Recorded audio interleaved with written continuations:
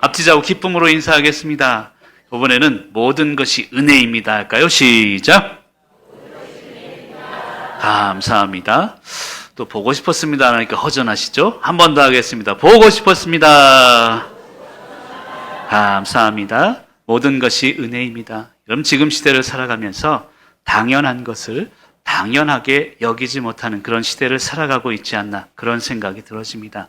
당연한 것 하나도 없음을 깨닫는 것이 진정한 은혜임을 믿으시길 바랍니다. 우리 모두는 기적을 기도합니다. 근데 중요한 것은 기적은 늘 우리 일상 속에 숨어 있다는 것입니다. 늘 기적들 사이로 장님처럼 걸어가고 있지 않나, 그런 생각을 일주일 동안 해봤습니다. 일상이 기적 아닙니까? 자녀들이 잘 크는 것이 기적이요, 직장과 우리의 사업, 여러 가지 부족함이 있어도 오늘 하루하루 살아감이 기적인 것입니다. 모든 일상이 기적임을 믿으시길 바랍니다.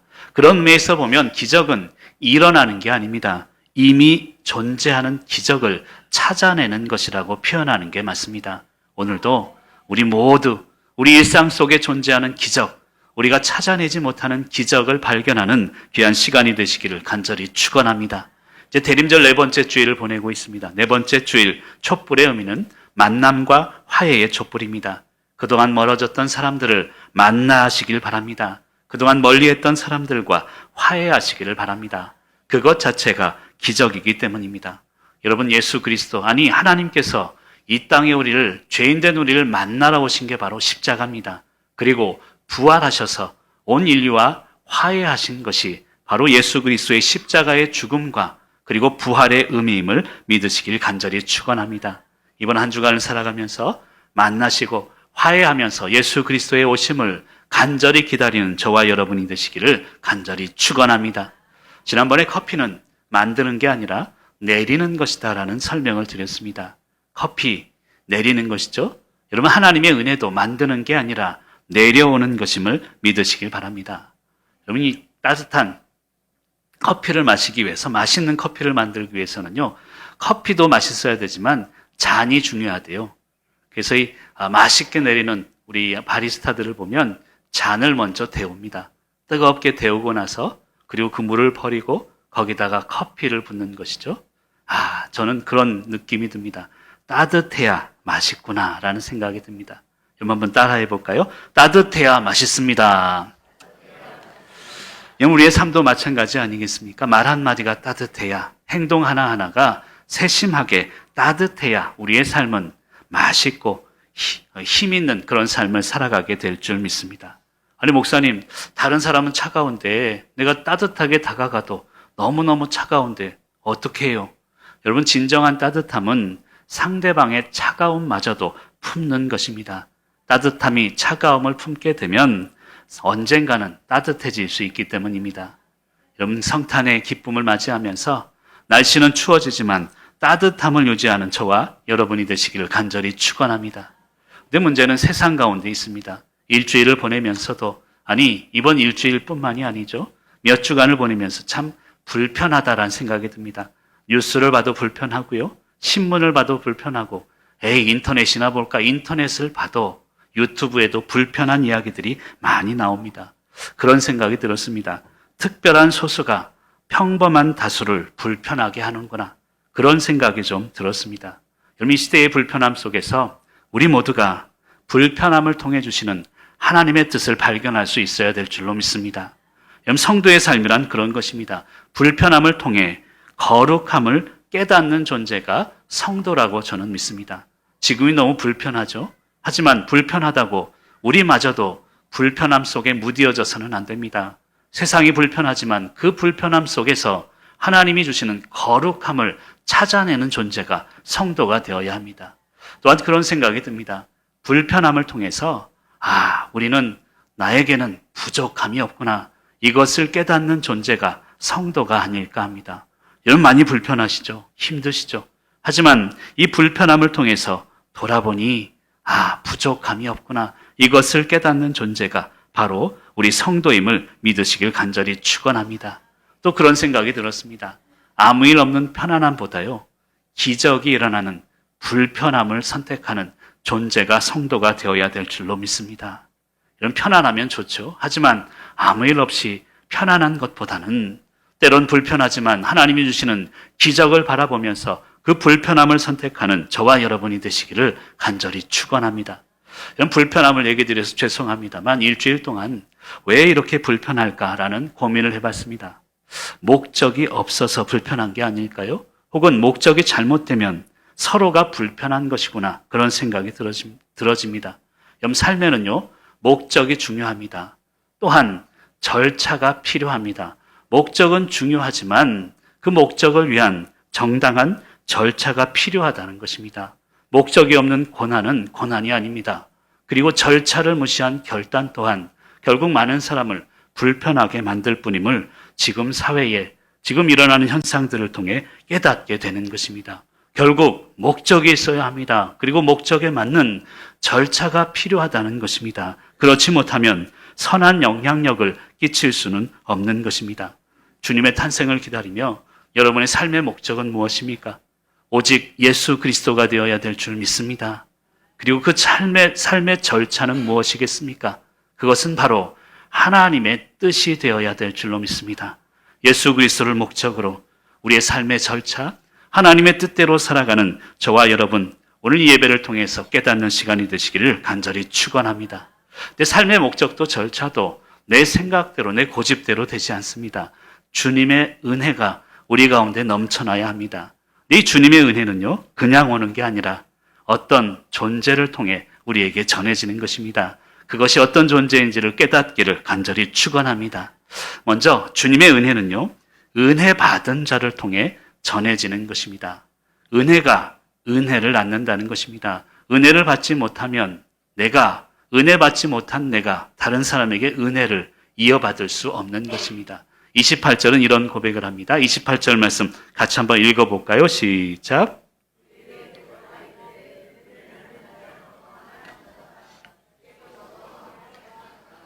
아멘. 은혜를 받은 자여. 그리고 마지막에 보면 너와 함께 하시도다. 그럼 결국 은혜란 주님이 우리와 함께 하는 것을 의미합니다. 은혜는 이 은혜 받은 자를 통해서 전해지는 것입니다. 천사 가브리엘이 28절 중반부에 이런 얘기를 하죠. 다시 한번 띄워주시고요. 은혜를 받은 자여 평안할지어다. 주께서 너와 함께 하시도다. 여러분 진정한 은혜는 많은 것을 소유하는 게 아닙니다. 건강을 회복하고 질병이 낫고 이것도 은혜지만 중요한 것은 주님이 나와 함께 하는 것, 그것이 진정한 은혜임을 믿으시길 바랍니다. 여러분 은혜의 특징이 있습니다. 은혜의 특징은 연속성이다라고 할 수 있습니다. 왜냐하면 내가 받은 은혜, 나만 받고 끝나는 게 아니기 때문입니다. 내가 받은 은혜가 내 자녀들에게, 자녀의 자녀들에게로 받고 나누고 이어가는 것이기 때문입니다. 은혜는 결코 나만을 위한 게 아니라는 뜻입니다. 그럼 화면을 보면서 한번 읽어볼까요? 은혜란 시작.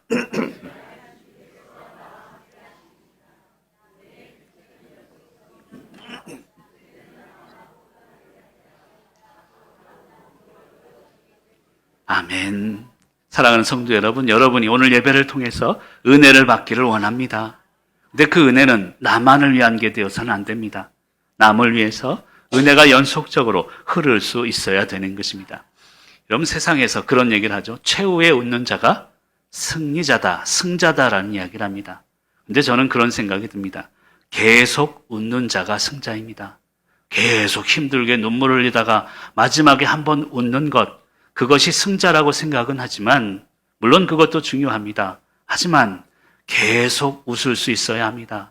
힘들고 어려울 때도 웃고 기쁨이 있을 때도 웃고 계속 웃는 자가 영적으로 승자임을 믿으시길 바랍니다.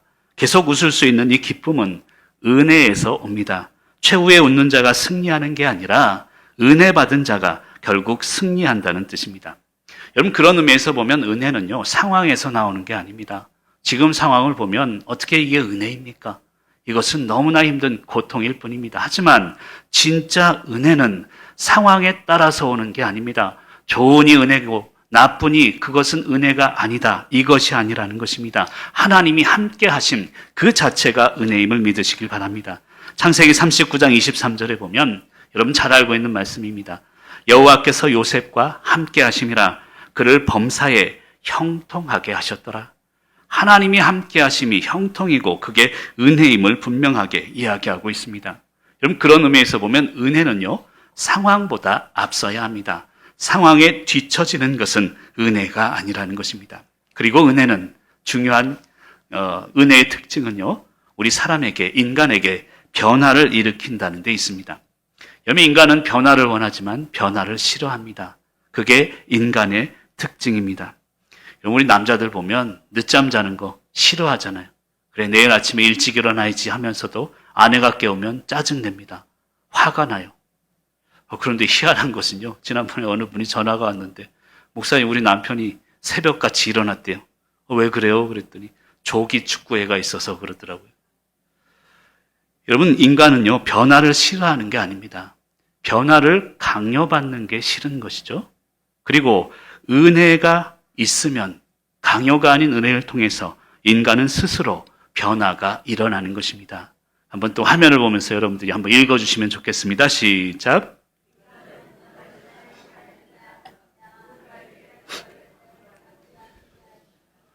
변화는 강요가 아닌 은혜를 통해 스스로 일어나는 것입니다. 아멘.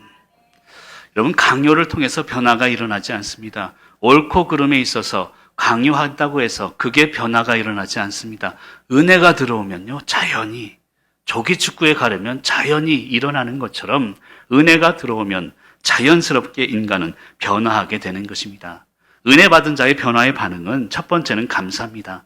불평과 원망이 감사로 변합니다. 그리고 두 번째는요, 받아들여져요.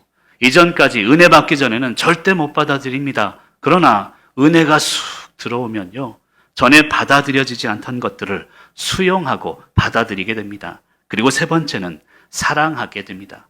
이 사랑의 관계 반응은요, 두 가지로 나타납니다. 첫 번째는 올바른 열매, 긍휼로 나타나요.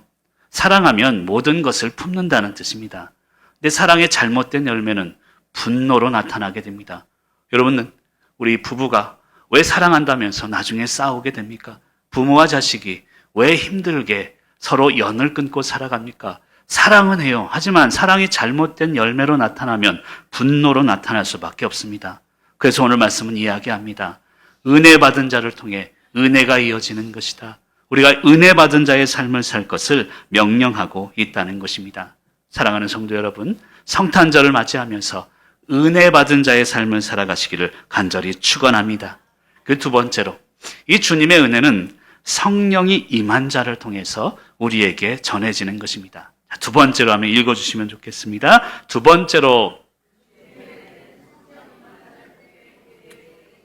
우리 35절 말씀 같이 한번 읽습니다. 천사가 대답하여 이르되 성령이 내게 임하시고 지극히 높으신 이의 성령이 능력이 너를 덮으시리니 이러므로 나실 바 거룩한 이는 하나님의 아들이라 일컬어지리라. 아멘. 35절에 보면 성령이 내게 임하시고 너를 덮으시리니 하나님의 아들이라 일컬어질 것이다 라고 이야기하고 있습니다. 여러분, 주님이 나신 것은요, 성령이 임한 우리 마리아를 통해서 주님의 은혜가, 주님의 탄생이 일어났다는 것입니다. 여러분, 현대교회의 문제점이 무엇일까요? 예전에 어느 분이 저에게 강력하게 큰 소리로 막 비난을 하시면서 그런 얘기를 하셨습니다. 아니, 교회가 세습이 말이 됩니까? 그런 저에게 항의를 하신 분이 계셨습니다. 교회가 세습할 수 없고 교회는 그러면 안 됩니다. 한국교회 문제점입니다. 이런 이야기를 저에게 이제 항의하듯 큰 소리로 하신 분이 계십니다. 그래서 제가 그런 얘기를 드렸죠. 나는 아들이 없습니다. 그런 얘기를 드린 적이 있습니다. 농담처럼 이야기한 것 같지만 세습하는 게 교회 문제점일까요? 돈 때문에 헌금, 이게 문제가 될까요? 아니면 교회 안에 존재하는 명예, 어떤 권력이 문제가 될까요? 그것도 문제지만 가장 큰 문제는 성령님의 부재입니다. 성령님이 계시지 않으니 세습적인 문제도, 그리고 돈에 대한 문제도, 명예, 권력도 교회 안의 문제로 남게 되는 것입니다. 그래서 고린도후서 3장 17절은 이렇게 기록합니다. 같이 한번 크게 읽습니다. 주의 영이 계신 곳에는 자유가 있느니라. 아멘. 여러분, 교회는요, 주의 영이 계신 곳입니다. 여러분, 교회에 왜 오셨습니까? 오늘 은혜 받기 오신 줄 믿습니다. 그러나 교회는 불 받으러 오는 곳이 되어야 합니다. 성령의 불을 받아야 합니다. 성령의 불로 나를 태우고 돌아갈 수 있는 곳이 되어야 되는 것입니다. 그리고 성령이 임하면 자유함이 생겨난다는 것입니다. 여러분 중요한 사실이 있습니다. 자유함이 있는 자에게 하나님은 하나님의 사역을 맡기십니다. 창세기 39장 22절에 보면 이런 말씀이 있습니다. 요셉에 대한 이야기인데요. 간수장이 첫 번째 옥중 죄수를 요셉의 손에 맡김으로, 두 번째 그 재반 사물을 요셉이 처리하고, 두 가지를 요셉에게 맡겼습니다. 첫 번째는 옥중 죄수, 이것은 사람을 맡겼다는 뜻입니다. 두 번째는 재반 사무, 일을 맡겼다는 것이고 상황을 맡겼다는 것입니다. 주님의 영이 계신 요셉에게 사람과 상황을 맡겼다는 것입니다. 사랑하는 성도 여러분, 사람의 자유하면 사람을 맡겨주세요. 여러분, 우리 교회가 사람의 자유한다면 하나님께서 새 가족들, 잃어버린 영혼들, 상처받은 영혼들을 날마다 우리 교회에 맡기실 줄 믿습니다. 상황에 자유하면 상황을 또 맡겨주신다는 거예요. 여러분, 이 원리를 믿으시길 바랍니다. 여러분, 살다 보면 그런 사람들이 있습니다. 사람과 자주 부딪히는 사람이 있죠. 사람에 자유하지 못하기 때문입니다. 상황이 자꾸 힘들어지는 사람이 있습니다. 상황에 대해서 자유하지 못하기 때문입니다. 주의 영이 계시면 자유함이 있고 사람과 상황에 대한 자유함으로 승리하시기를 간절히 축원합니다. 여러분, 돈에 자유하지 못한 자가 은행 업무를 맡으면 그게 문제가 생깁니다. 권력에 자유하지 못한 놈이 권력을 맡으니 문제가 생기는 거 아니겠습니까? 사랑하는 성도 여러분, 무엇이든지 자유함을 얻으시기를 바랍니다. 거기 얽매여서는 안 됩니다. 그것 때문에 내가 이익을 얻으려고 해서는 안 된다는 뜻입니다. 여러분, 요한복음 14장 26절에 보면 이런 말씀이 있습니다. 보혜사, 성령님이죠. 말한 것을, 모든 것을 가르치고 말한 것을 생각나게 하리라. 보혜사라는 이 단어를 한번 보시고요. 히브리서 10장 24절에 보면 똑같은 단어가 나옵니다. 한번 히브리서 10장 24절은 같이 한번 읽어볼까요? 보혜사하고 똑같은 단어가 나오는데 찾아보시길 바랍니다. 시작. 예, 아멘. 보혜사하고 똑같은 단어가 있는데 찾으셨나요? 아니, 한글 성경으로는 찾기 힘듭니다. 이 격려하다라는 이 단어가요, 파라칼레오라는 단어를 씁니다. 근데 보혜사라는 단어는 파라칼레토스라는 단어를 써요.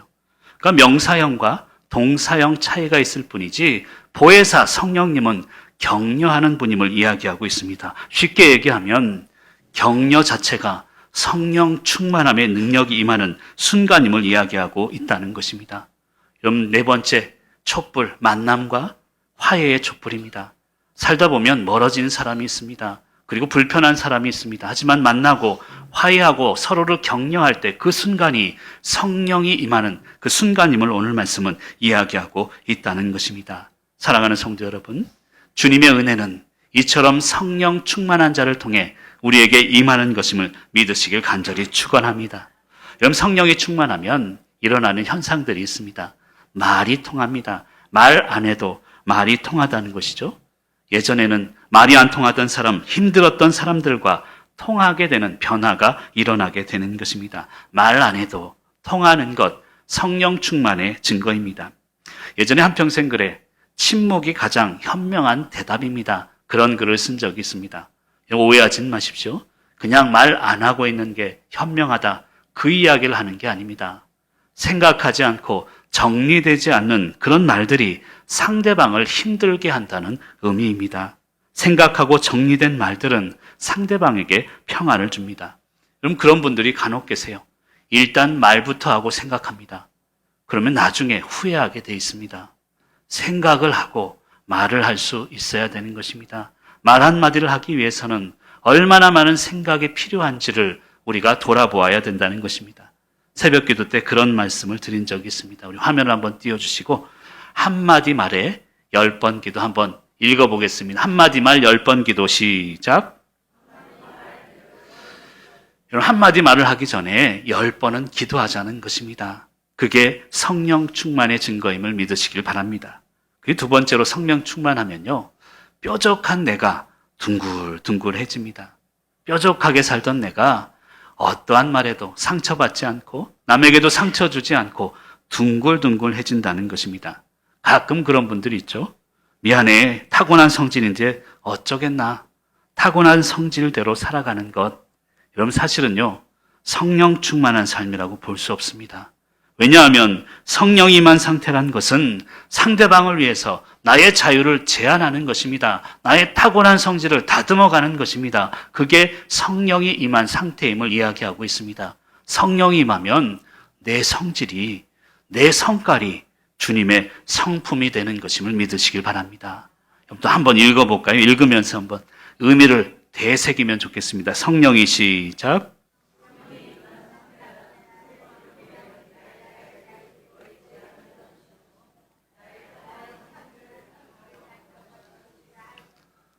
성령이 임하면 내 성질이 주님의 성품이 됩니다. 아멘. 내 성질이요, 성품이 돼야 합니다. 그게 성령 충만한 증거입니다. 여러분 또한 성령이 임하면요, 단순해집니다. 복잡했던 내가 단순해집니다. 왜냐하면 단순해야 순종할 수 있기 때문입니다. 여러분 우리 인간은요, 약점이 있습니다. 이해돼야 움직이는 그런 약점이 있습니다. 이것도 저것도 하나에서 10가지 이해가 되고 그게 인정이 되어야 그때 움직이려 하는 것입니다. 근데 아브라함은 그렇지 않았습니다. 창세기 12장 1절에 보면 아버지 집 떠나 보여줄 땅으로 가. 4절에 그는 이런 고백을 합니다. 이에 아브라함이 여호와의 말씀을 따라갔고, 하나님 이건 저건 따지지 않습니다. 이해하지 못합니다. 내가 지금까지 읽어놓은 이 땅을 왜 떠나야 합니까? 그런 질문도 하지 않습니다. 하나님의 말씀에 이해, 그냥 쫓아간 것일 뿐입니다. 근데 반면에 모세를 보면요, 출애굽기 3장에 보면 이런 이야기가 있습니다. 3장 11절에 내가 누구에게 바로에게 가며 이스라엘 자손을 애굽에서 인도하여 내리까?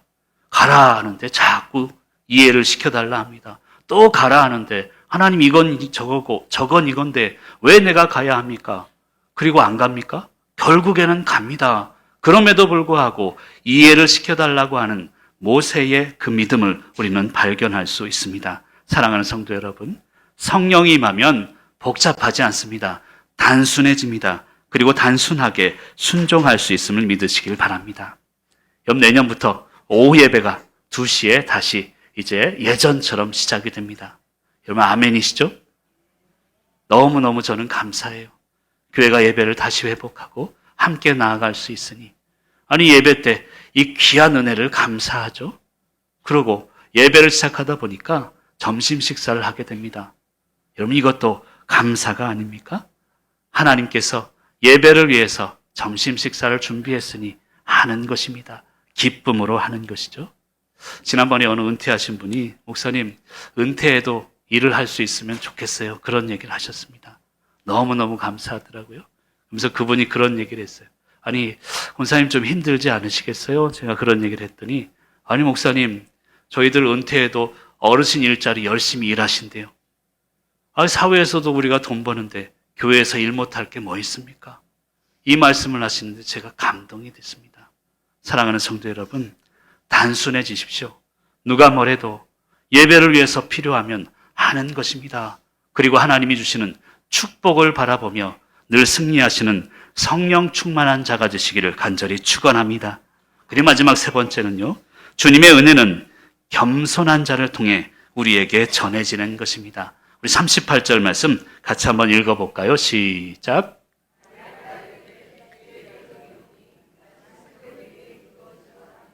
천사가 떠나가니라. 아멘. 여러분 주의 여종이오니. 여러분 사실 마리아가 쉽게 주의 여종이오니 말씀대로 이루어질 것입니다. 여러분 이 고백은요, 당시 사회적인 상황 속에서 죽음을 각오한 그런 고백입니다.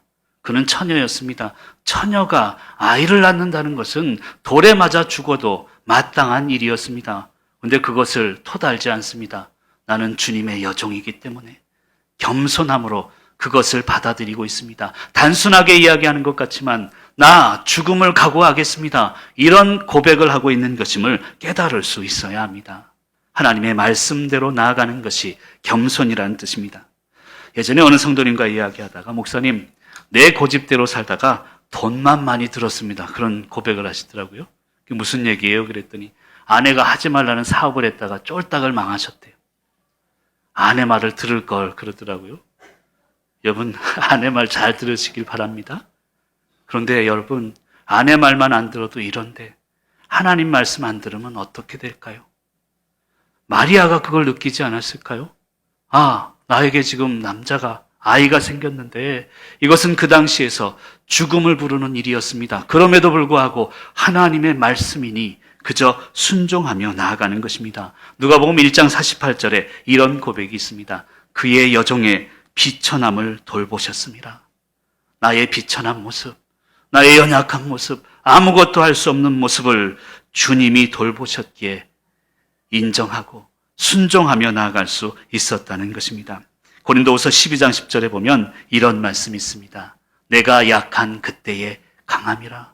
나는 비천합니다. 약합니다. 아무것도 할 수 없지만 그곳에 하나님의 능력이 임함을 믿으시길 바랍니다. 그 겸손으로 우리에게 주신 하나님의 사역을 이루며 은혜를 나누는 귀한 성도님들 되시기를 간절히 축원합니다. 여러분, 겸손한 자란 귀 기울이는 자다라고 선언할 수 있습니다. 겸손한 자란 첫 번째는 하나님의 말씀에 귀 기울이는 사람입니다. 하나님 중심으로 사는 것이죠. 마리아가 그랬습니다. 내 고집이 있었고 그 당시에 사회적인 상황이 있었지만 하나님의 말씀에 귀 기울이니 아무것도 신경 쓰이지가 않습니다. 중요하지가 않는 것입니다. 이게 겸손입니다. 두 번째는 사람의 말에 귀 기울이는 사람입니다. 상대방 중심으로 살아가는 것이죠. 기도하는 상대방의 말에 귀 기울일 수 있어야 합니다. 그래서 C.S. 루이스가 그런 얘기를 했습니다. 진정한 겸손은 상대방의 말에 관심을 갖는 것이다 라는 얘기를 했습니다. 물론 궁극적인 것은 하나님의 말씀입니다. 그러나 기도하는 누군가를 통해서 하나님은 우리에게 말씀하신다는 것입니다. 그리고 세 번째는 나의 말에 귀 기울이는 사람입니다. 아니 목사님, 내 말에 내가 어떻게 귀 기울입니까? 라고 물어보신다면 내 지금 상황에 만족하는 사람이라는 것입니다. 만족하는 순간 부자가 됩니다. 여러분, 불만족하는 순간 나는 가난한 사람이 돼요. 지금 있는 상황에 내가 만족하면 부러울 게 없는 것입니다. 매년 연말이 되면 뉴스에 꼭 나오는 뉴스가 있습니다. 나눔 천사에 대한 뉴스죠. 이번에도 보니까 16일 날 경남사회복지모금회에 전화가 왔어요. 아침 9시 반에 모금함에 성금을 넣고 갑니다. 이 발신자 제한 전화로 왔습니다. 거기 가봤더니요, 좀 놀라지 마십시오. 6,054만 7,260원이 들어있었대요. 제가 이렇게 자세히 설교 준비를 합니다. 그리고 이런 편지가 써져 있어요. 이번 연도에는 가난해서 아이 못 낳는 산모들, 돈이 없어서 아이를 못 낳는 산모들과 먹을 것이 없어서, 분유가 없어서 죽어가는 아이들을 위해 써주십시오. 내년에는 산모와 아기들이 다 건강하고 예수 그리스도의 이름, 건강하길 예수 그리스도의 이름으로 기도드립니다. 2024년 12월 어느 날에, 꼭 이분은 어느 날에라는 그런 말을 쓴대요. 저는 이분이 제일 세상에서, 한국에서 제일 가는 부자라고 믿습니다. 부자란 많이 가진 자가 아닙니다. 나누는 자가 부자이기 때문입니다. 사랑하는 성도 여러분, 이 나눔의 마음으로 겸손의 마음을 회복하고 승리하시기를 간절히 축원합니다. 여러분, 세상은요 똑똑한 소수가 이끕니다. 하지만 교회는 겸손한 다수가 이끌어가는 공동체입니다. 여러분, 지금 상황을 보십시오. 똑똑하다는 소수가 그렇게 노력을 해도 이 나라의 민족이 힘들지 않습니까? 겸손한 사람들이 많아져야 합니다. 겸손한 다수가 모여서 하나님의 뜻을 이루어가는 저와 여러분이 되시기를 간절히 축원합니다. 여러분, 심리학을 공부하다 보면 인지적 유연성이라는 단어가 있습니다. 어려운 것 같지만 인지적 유연성이라는 것은 상황에 맞게 감정과 이성을 재구성하는 능력이다라고 정의할 수 있습니다. 더 어려워졌나 보네요. 쉽게 얘기하면 상황에 대해서 유연성을 가져야 된다는 뜻입니다. 그럼 상황에 대해 유연성을 가지지 못한 사람이 상대방을 힘들게 만들어요. 똑같은 상황인데도 좁게 보면 안 됩니다. 똑같은 상황인데도 유연하게 우리의 마음을 열고 말을 따뜻하게 할 때 상대방을 품을 수 있는 것입니다. 나이가 들수록, 세월이 흐를수록 우리 속초교회 성도님만큼이라도 유연하게 사는 귀한 성도님들 되시기를 간절히 축원합니다. 사도 바울이 그랬습니다. 원리 원칙대로 살면서 유연하지 못했습니다. 하나님을 가장 많이 알고 있었다 하지만 유연하지 못하고 그 좁은 세계관 속에 관점 속에서 그리스도인들을 이제 박해하게 됩니다. 그러나 예수님을 만나고 나서 그는 유연해집니다. 딱딱해졌던 사도 바울이 이제는 유연하게 사람들을 품게 되는 것입니다. 저는 사도 바울을 생각하면요, 예수님을 만난 후에 사도 바울의 충격이 있을 거라고 저는 생각이 들어요. 어떤 충격인가 하면 하나님에 대해 나는 다 알고 있었는데 주님을 만나고 난 다음에 아무것도 모르는구나. 이것을 깨닫고 충격을 받았을 것입니다. 사랑하는 성도 여러분, 하나님에 대해 많이 알고 있다는 것이 교만입니다. 나는 아무것도 모릅니다. 이것이 진정한 겸손임을 믿고 겸손한 자로서 은혜를 나누시는 저와 여러분이 되시기를 간절히 축원합니다. 마지막으로요, 하나님은 저와 여러분을 만드셨습니다. 그것을 믿으시죠? 진짜로 만드셨다는 것은 가끔 잊어버리며 살 때가 있습니다. 여러분을 하나님은 진짜로 창조하셨어요. 여러분, 다이아몬드를 보십시오. 1000년, 2000년이 지나도 그 영롱함이 절대 희미해지지 않습니다. 하지만 가짜는요, 1년만 지나도 희미해지는 것입니다. 여러분을 여러분답게 만드신 하나님, 그 하나님 진짜의 삶을 살아가시기를 간절히 축복합니다.